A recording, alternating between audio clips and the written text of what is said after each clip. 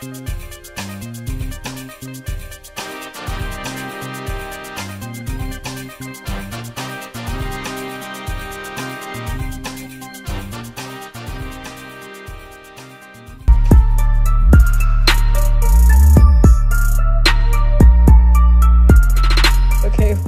name is Waje. I'm a musician, an actor, songwriter, a director of a media company called Jimenez Media, and in Nigerian.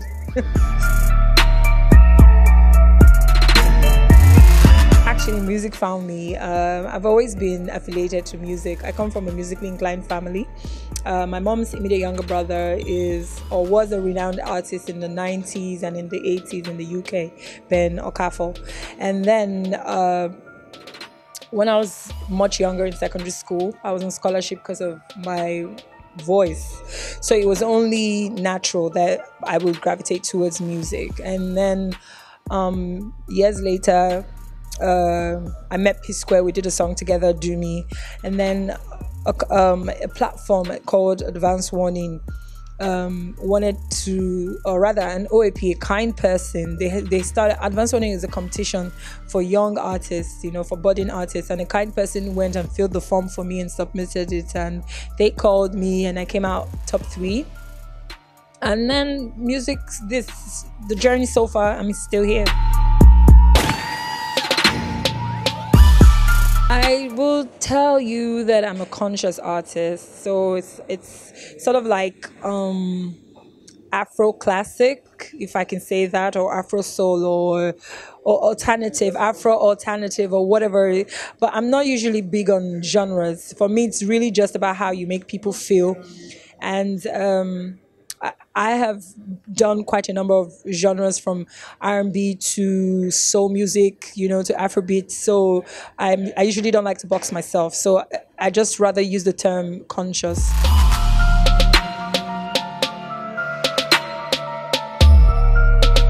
Well, my ritual varies. Sometimes I get into that zone where, okay, I listen to a melody and then I'm writing towards it. There are times when it's just me first thing in the morning, and maybe I'm in the bathroom or there's something going on, and next thing I have inspiration to write something, or a melody comes, you know. So I don't know if there's one routine that I have. I just know that I allow myself to be free just in case anything happens. Thank God for technology. So these days we have phones, so once that melody comes, you quickly put record on voice note, and then you record so you don't forget, you know what I mean? So it varies really.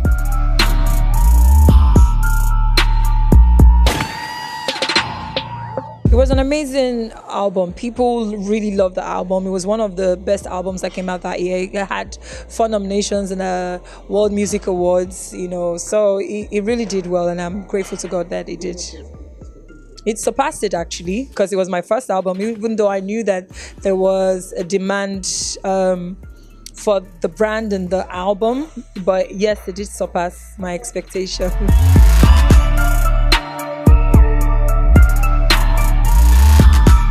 Well, let's be honest, it's not really an album community anymore. It's just really about making sure that you are consistently giving people music, you know, and whether it's an EP or an album or a single, the keyword is being consistent. So usually when people say, oh, 5 years after, I'm like, it's not that deep. Yeah.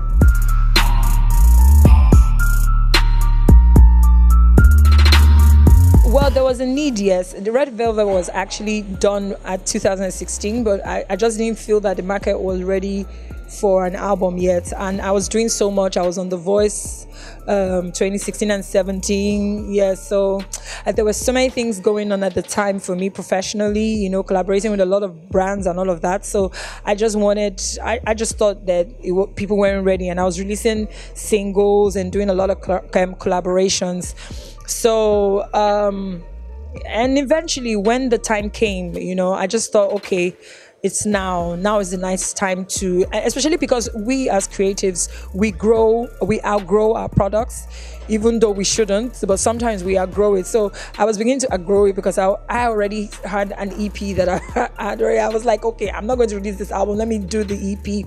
And then my management was like, no, Waje, put out this album, it's a great album, it's really, you put in a lot of work, so you should release it. And I said, okay, I'll do what you guys say. So when you're making a cake, right, there are different ingredients. When you're making something, there are different ingredients that make it worth it. You know, there are ingredients that make it sweet, there are ingredients that are sweet, some are sour, but eventually the blend of everything comes out, you know, with a beautiful cake. And I thought the whole process of working on Red Velvet, from my voice not being great, because my voice broke for so long and I was waiting for the voice to come back, but it didn't, but I had to work, you know, to all the hiccups of, you know, finding the right time for studio sessions and staying up late at night, and everything that I had to go through, you know, emotionally and physically, just because I wanted to bring out something so beautiful, are the ingredients of why Red Velvet is what it is.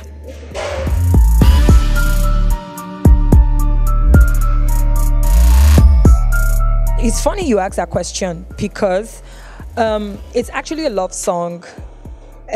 You've stolen my heart away, right? And it was written by Johnny Drill, you know, because I don't speak Benin, so I wanted to. Yes, so he wrote that part, and yeah, he wrote the song. Actually, I just kind of co-wrote the song with him, and for some reason, yes, it's the love between a man and a woman, and you know, all that kind of love is sweet. But for some reason, every time I sing that song, the person that I think about is my daughter, because you know, I watch you as you wake each morning, oh my darling, you take my breath away, you know. So every time I listen to, or I'm listening to it, I'm thinking about my daughter. So that's really the history of Udwe.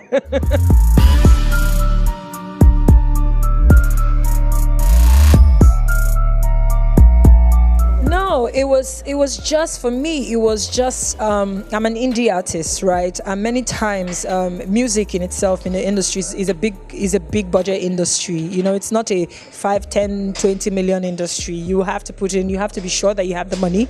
You have to put in a lot of money. And I just thought, oh, maybe it was time for me to just, you know, find the balance and venture into other things rather than just music. So I wasn't saying I was quitting. I only said I needed a break.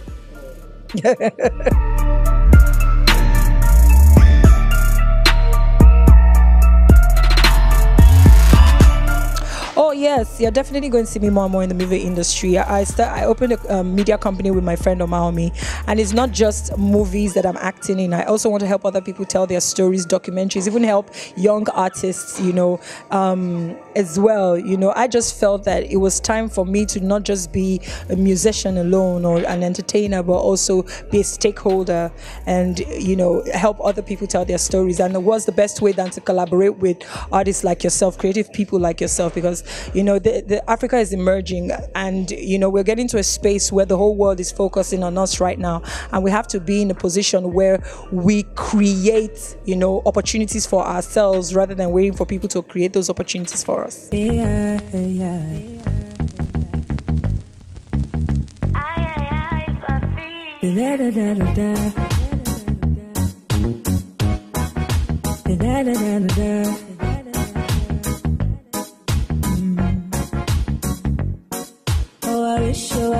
I wish that I didn't have a heart.